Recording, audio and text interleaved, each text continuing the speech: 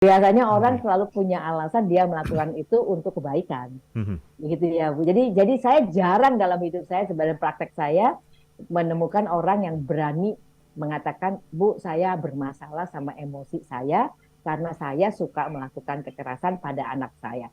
Dalam pengalaman saya praktek saya Mas Daniel 40 tahun ya Mas, nggak sampai 5 orang yang pernah datang dengan mengatakan Oke. itu.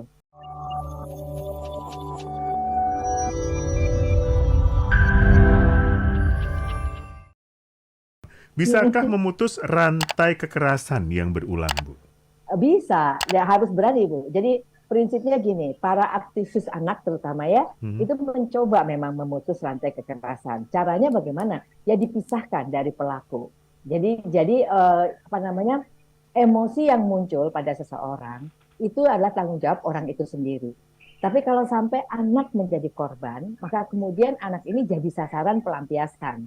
Nah, Ya, ya. kita nggak tahu kalau kita biarkan anak itu di situ, apa dia kemudian akan masih tetap hidup gitu kan ya? Mhm, mhm, Atau dia akan wafat meninggal dunia gitu kan mhm, ya? mhm. Maka yang paling baik pertama dipisahkan. Kemudian pada pelaku bisa dilakukan yang namanya perawatan psikoterapi sebetulnya.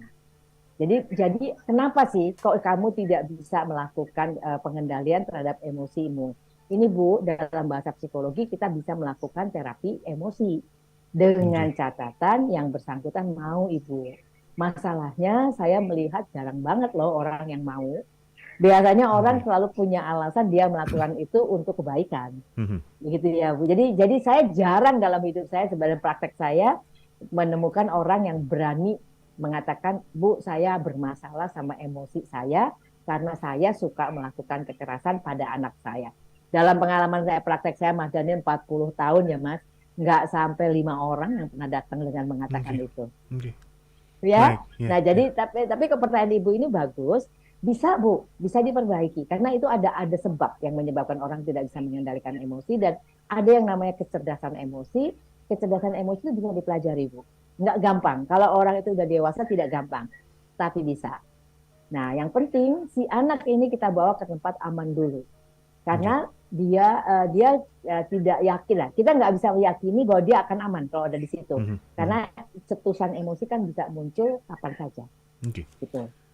Saya punya 1 menit terakhir, Bu Astrid. 1 menit Ya, terakhir. Pertanyaan penutup malam hari ini. Kapan seseorang perlu datang ke pihak ketiga, ke profesional terkait dengan kekerasan pada anak ini?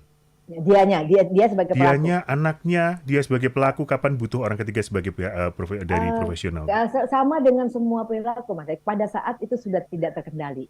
Pada saat dia merasa bahwa saya udah ngaco gitu, saya udah Oke. ngawur, dia gampang sekali tersulut.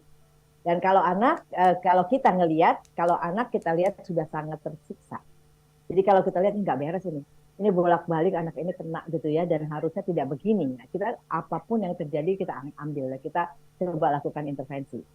Gitu. Jadi kalau mungkin simpelnya gini Mas Daniel, kalau ukuran normal udah nggak pas, baik buat perilaku orang tuanya maupun untuk apa yang terjadi pada anaknya.